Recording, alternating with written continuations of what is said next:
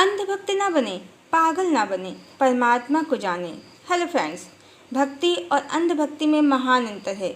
ईश्वर का तत्व जाने बिना अपनी ही मनमानी करना और अपने माने हुए स्वरूप को परम भगवान समझना और उसी भगवान के दूसरे स्वरूपों को तुच्छ समझना अंधभक्ति है। पौराणिक ग्रंथों की क्या माया है, इस वीडियो में अच्छे से बताया है कि परमात्मा एक ही है, जिनका स्वरूप ओंकार है, जो सच्चिदानंद सर्वव्यापी न्यायकारी परमात्मा है। और अल्टीमेट ट्रूथ ऑफ डिवाइन इस वीडियो में बताया है कि कैसे एक ही परमात्मा सबका आत्मा है और सभी जीवधारियों की चेतना का आधार है। वीडियोस के लिंक डिस्क्रिप्शन बॉक्स में डाल दिए हैं।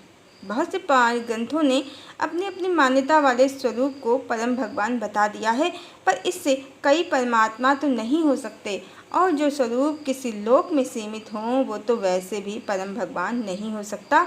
हर व्यापक सर्वत्र समाना, प्रेम ते प्रकट हुई हैं जाना। परम भगवान सर्वव्यापी हैं और वो मात्र प्रेम के वशीभूत होकर प्रकट होते हैं।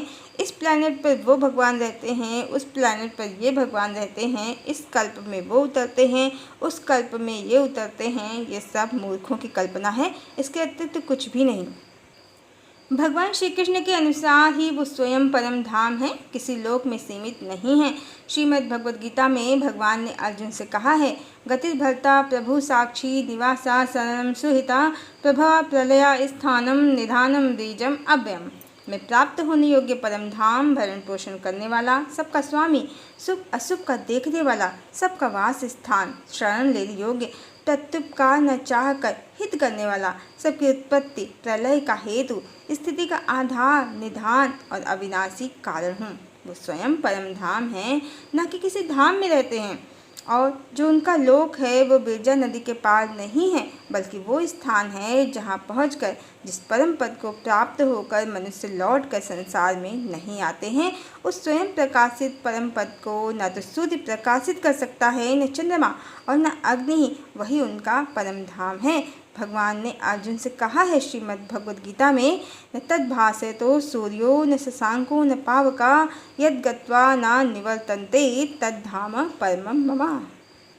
यही परमात्मा का वास्तविक स्वरूप है और वो स्वयं ही परम पद और परम धाम है।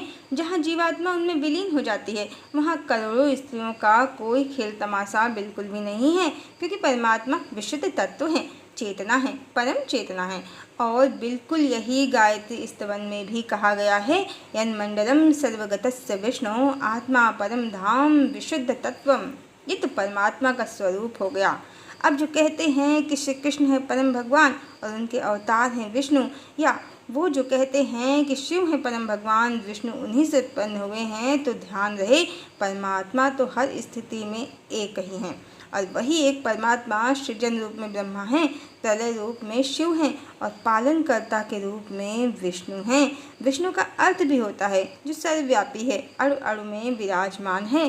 कभी ब्रह्मा और शिव अवतरित नहीं होते हैं, कारण गर्भ में शिशु को माँ नहीं दिखती है और मृत्यु के बाद संसार नहीं। परमात्मा का शिव और ब्रह्मा रूप इसलिए नहीं दिखता है, अवतरित नहीं होता है। माँ दिखती है शिशु को, जन्म लेने के बाद वो पालन करती है शिशु का, उसका पोषण करती है। बस परमात्मा का भी यही पालन करने वाला रूप, पोषण करने वाला रूप, माँ रूप जो दिखता है वो विष्णु है, और वो बार बार धरती का संरक्षण करने आते रहते हैं।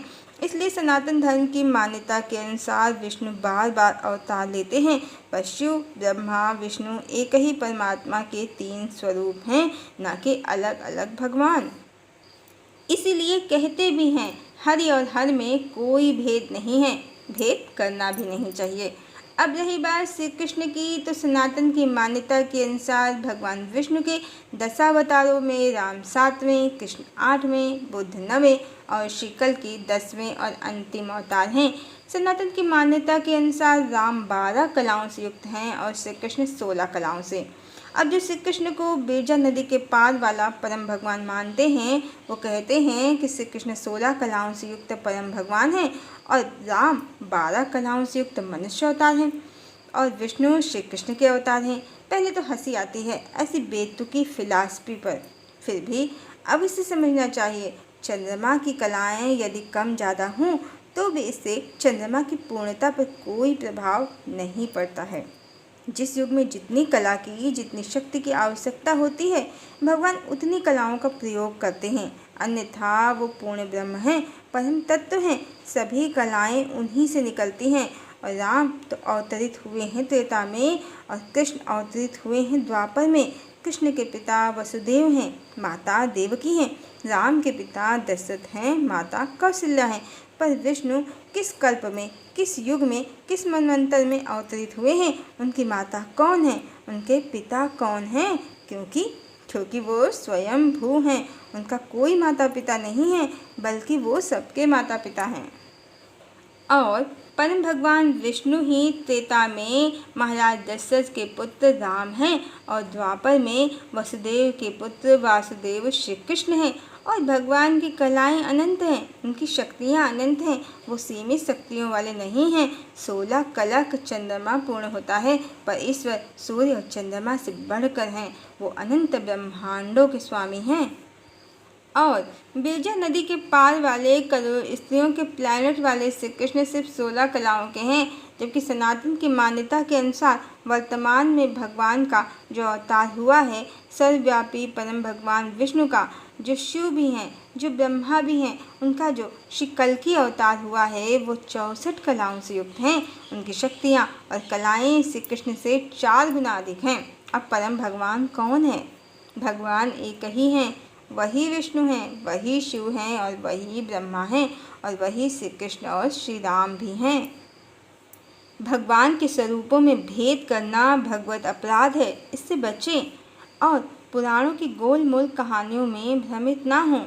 ईश्वर जो वेदों में हैं, उपनिषदों में हैं, उन्हें जानने का, समझने का और पाने का प्रयास करें। हरिओम।